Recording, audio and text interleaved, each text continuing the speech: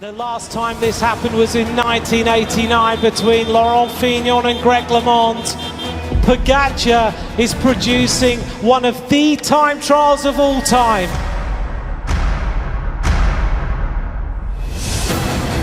This is a ride that is absolutely breathtaking. This rider is about to win the Tour de France. In the Tour de France 2020, on stage 20, that is when he really shocked the cycling world. It was Tadej Pogacar's first Tour de France, and he'd come in, he wasn't a favourite and he had raced well. He lost over a minute on the crosswind stage on stage 8 due to bad positioning, which really shows his lack of experience at this point. He spent the rest of the tour trying to fight back that lost time that he lost on the crosswind stage. Meanwhile, Primož Roglič looked like he was in perfect position. He held the yellow jersey for most of the race. Coming into that penultimate stage, which was a 36km time trial up the brutal climb La Planche de Pogacar was 57 seconds behind. Roglič had this in the bag. He was a strong time trialist. Absolutely no reason this 20-year-old would be able to beat him, right? It's turned red. It's turned red for the first time. Tadej Pogacar is up on Primož Roglič. Pogacar is producing one of the time trials of all time.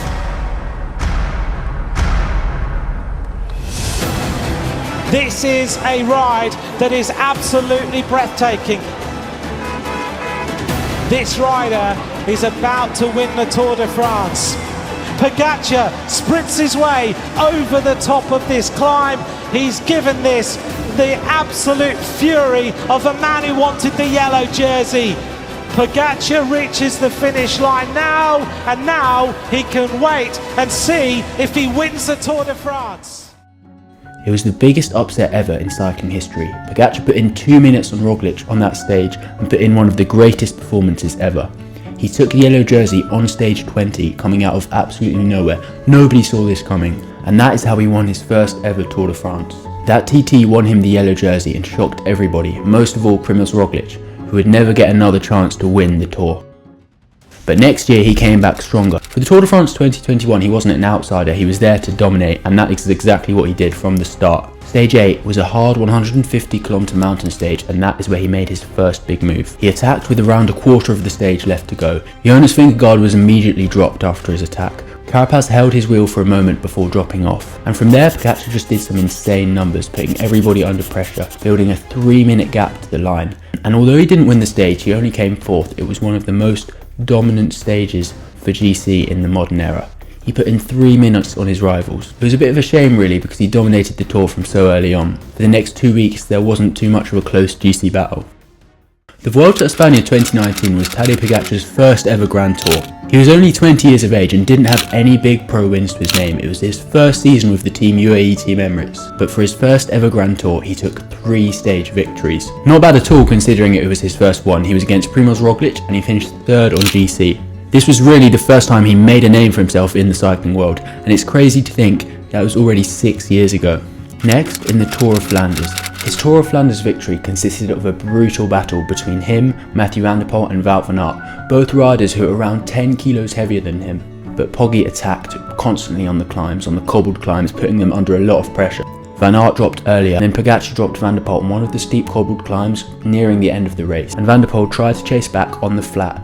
In theory, Van der Poel should have had the advantage here, being a 10 kilo heavier, more powerful rider, but Pogacar actually grew the gap on this flat section towards the end of the race. Pogacar took victory here, and this win really cements his status as the GOAT, because the fact that he's able to win on Grand Tours and in the Classics is a really unique trait not very many riders are capable of doing.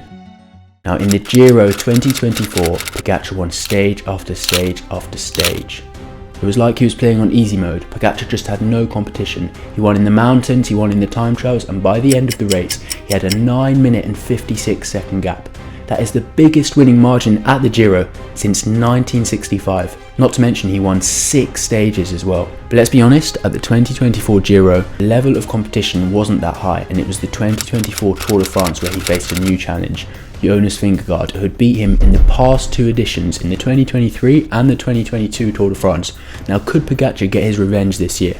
Now Jonas Vingegaard is a really hard rival for Pogacar, but Pogacar was ready. He put the pressure on early with a powerful attack on stage 4, attacking and descending incredibly well towards the line, gaining time already.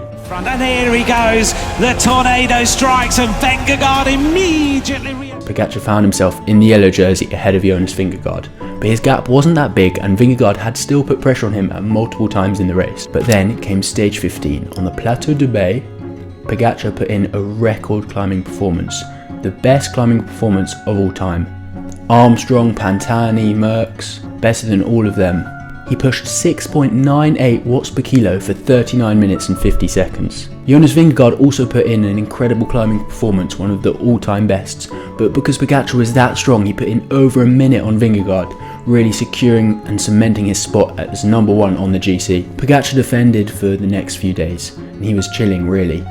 But then, from stage 19, 20 and 21 he won them all. He won 3 consecutive stages even though he already had a 3-minute gap, taking his tally for that year's Tour de France up to 6 stage victories. He won the overall GC by around 5 minutes. What a way to take revenge on Jonas Vingegaard. That was an absolute domination.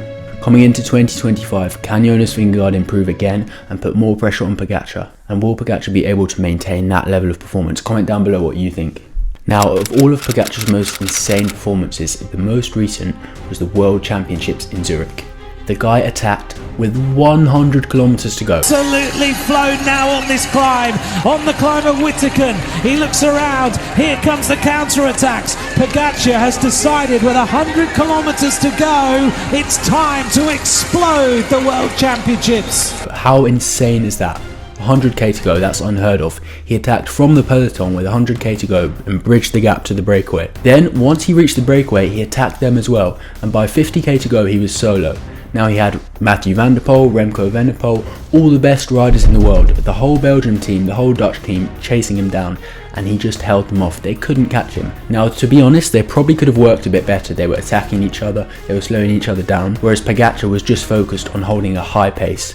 Now he won in the end by 58 seconds, holding a gap, attacking with 100k to go, being solo with 50k to go, and fending off the best riders in the world working together with teams is just something unheard of, and that is really why Pogačar is the absolute GOAT of cycling. So I hope you guys enjoyed the video, thanks for watching and make sure to like and subscribe.